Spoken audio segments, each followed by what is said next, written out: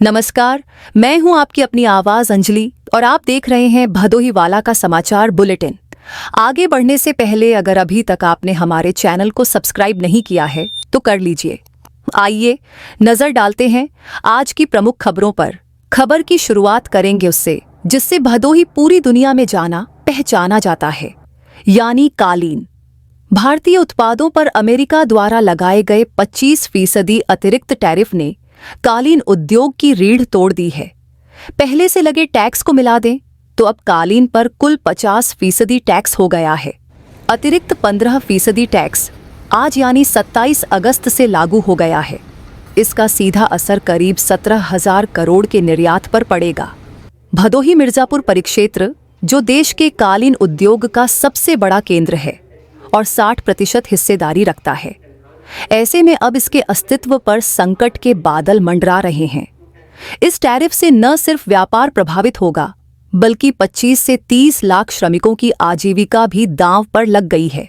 America कालीन निर्यात का सबसे बड़ा बाजार रहा है और वहां से मिलने वाला ऑर्डर घटने से छोटे छोटे बुनकरों और निर्यातकों पर भारी असर पड़ रहा है। निर्यातकों ने केंद्र और प्रदेश सरकार से तुरंत दखल देने की मांग की है। उनका कहना है कि अगर राहत नहीं दी गई तो इस पारंपरिक उद्योग पर गंभीर खतरा मंडरा सकता है। भदोही कालीन निर्माताओं और निर्यातकों के संगठन के पदाधिकारियों ने कहा है कि सरकार यदि ड्यूटी घटाने को लेकर अमेरिका से बात नहीं करती तो आने वाले समय में यह उद्योग पूरी तरह चरमरा सकता है। निर्यातकों का कहना है कि सरकार अगर समय रहते कदम नहीं उठाती तो न सिर्फ विदेशी बाजार से भारत का विश्वास उठेगा बल्कि यहाँ के बुनकरों का पारंपरिक हुनर भी समाप्त हो सकता है। अब अगली खबर देखते हैं। जिले में यूरिया की लगातार मांग और सीमित आपूर्ति के बीच मंगलवार को संकट और गहराता नजर आया। 9 समितियों में यूरिया पूरी तरह समाप्त हो गई, जबकि 20 समितियों में स्टॉक बेहद कम रह गया। इस स्थिति को देखते हुए विभाग ने तत्काल 790 मीट्रिक टन यूरिया की दोबारा आपूर्ति की। उम्मीद है कि बुधवार से इन समितियों पर फिर से खाद का वितरण शुरू हो जाएगा। इस बीच कई किसानों को खाद के बिना ही समितियों से लौटना पड़ा। किसानों को खाद बीज की सुविधा देने के लिए जिले में कुल 52 साधन सहकारी समितियों की स्थापना की गई है, जहां रब्बी और खरीफ सीजन में किसानों को डीएपी और यूरिया उपलब्ध कराई जाती है। मानसून की मेहरबानी से धान की फसल में किसान दूसरी बार यूरिया का छिड़काव कर रहे हैं। इससे यूरिया की मांग बढ़ गई है। विभागीय अफसरों के दावों के बीच समितियों से लेकर निजी दुकानों तक यूरिया के लिए मारामारी मची है। घंटों इंतजार के बाद किसानों को यूरिया मिल पा रही है। आधार और खतौनी के सत्यापन के कारण स्थिति और भी विकट बन जा रही है। मंगलवार को करीब 6 समितियों की अमर उजाला ने पड़ताल की तो यूरिया संकट की तस्वीर सामने आई।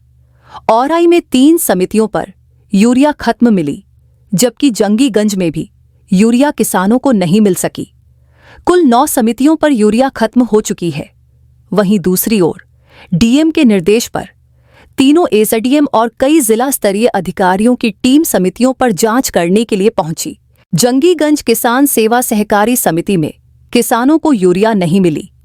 सचिव कमलेश कुमार मिश्रा ने बताया कि 488 बोरी खाद आई थी जो वितरित की गई। शनिवार दोपहर से ही खाद खत्म है। सोमवार और मंगलवार को किसान बैरंग लौट गए। औराई की साधन सहकारी समिति घोसिया पर 5 दिनों से एक भी बोरी यूरिया नहीं है। कुरोना में 16 बोरी यूरिया दोपहर तक समाप्त हो गई। सहकारी समिति कयरमुंह पर 1 दिन पहले से ही यूरिया नहीं है। अभोली साधन सहकारी समिति पर सोमवार को 400 बोरी यूरिया थी। जल्द ही आपूर्ति नहीं हुई तो यहां भी यूरिया खत्म हो जाएगी। हेमंत शुक्ला ने बताया कि लेखपाल की मौजूदगी में खतौनी सत्यापन के आधार पर यूरिया वितरण किया जा रहा है। अब बढ़ते हैं अगली खबर की ओर। प्रधानमंत्री आवास योजना ग्रामीण में बड़ी गड़बड़ी का मामला सामने आया है। जिले में कई लोगों ने पक्के मकान को कच्चा दिखाकर आवास का लाभ उठाया। आर्थिक सर्वेक्षण और एआई आर्टिफिशियल इंटेलिजेंस की जांच में यह धोखाधड़ी पकड़ में आई। एआई ने कुल 61,835 आवेदनों की जांच की, जिनमें से 31,000 दावेदारों को अपात्र मान लिया गया। जांच में सामने आया कि कई लोगों ने पहले से पक्का मकान होने के बावजूद उसे कच्चा दिखाकर प्रधानमंत्री आवास का लाभ ले लिया। अब एआई ने ऐसे फर्जी आवेदनों को चिन्हित कर शासन को रिपोर्ट सौंप दी है। इन अपात्र लाभार्थियों का आवेदन निरस्त कर दिया जाएगा। एआई की जांच में पाया गया कि वर्ष 2016 से 17 से अब तक 38,000 से अधिक लोगों को आवास का लाभ मिल चुका है। वहीं 2023 में 407 और 2024 में 1661 आवास का आवंटन किया गया। इसके लिए करीब 61,000 से अधिक आवेदन आए थे। जिला अर्थ एवं सांख्यिकी अधिकारी ने बताया कि एआई तकनीक से हर आवेदन की सैटेलाइट इमेज से जांच की गई। जिन लोगों का पक्का मकान पाया गया उन्हें योजना से बाहर कर दिया गया। अब केवल उन्हीं पात्र परिवारों को लाभ मिलेगा जिनके पास वास्तव में पक्का मकान नहीं है। अब एक दुखद खबर। चोरी थाना क्षेत्र के कंधिया फाटक के पास सोमवार को खड़े ट्रक में बाइक सवार व्यापारी की टक्कर हो गई। हादसे में व्यापारी की मौके पर ही मौत हो गई, जबकि बाइक पर सवार 3 लोग गंभीर रूप से घायल हो गए। मृत व्यापारी की पहचान मनीष सिंह 42 निवासी पुरुषोत्तमपुर गांव के रूप में हुई है। मनीष सिंह पापड़ सप्लाई का काम करते थे। बताया गया कि मनीष बनारस से अपनी फैक्ट्री में निर्मित पापड़ की सप्लाई करने के लिए निकले थे।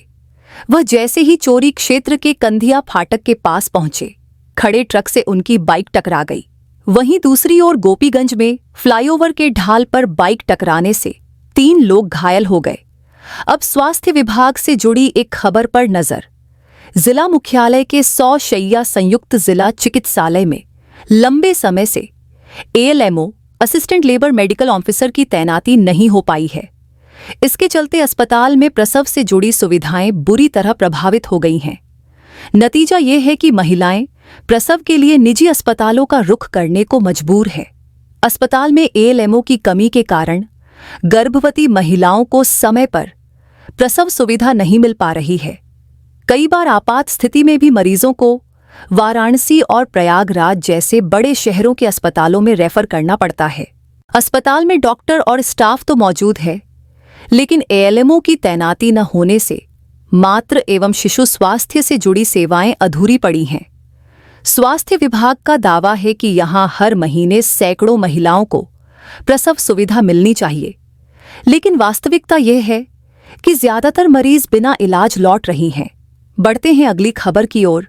आगामी त्योहारों को लेकर पुलिस प्रशासन ने सुरक्षा व्यवस्था को लेकर कड़े निर्देश जारी किए हैं। जिलाधिकारी शैलेश कुमार और पुलिस अधीक्षक अभिमन्यु मांगलिक की अध्यक्षता में हुई बैठक में स्पष्ट कहा गया कि त्योहारों पर जुलूसों और धार्मिक आयोजनों में बिना अनुमति डीजे या हाई वॉल्यूम साउंड सिस्टम का इस्तेमाल नहीं किया जाएगा। बैठक में प्रशासन ने साफ कहा कि धार्मिक आयोजनों में किसी भी तरह की अराजकता बर्दाश्त नहीं की जाएगी।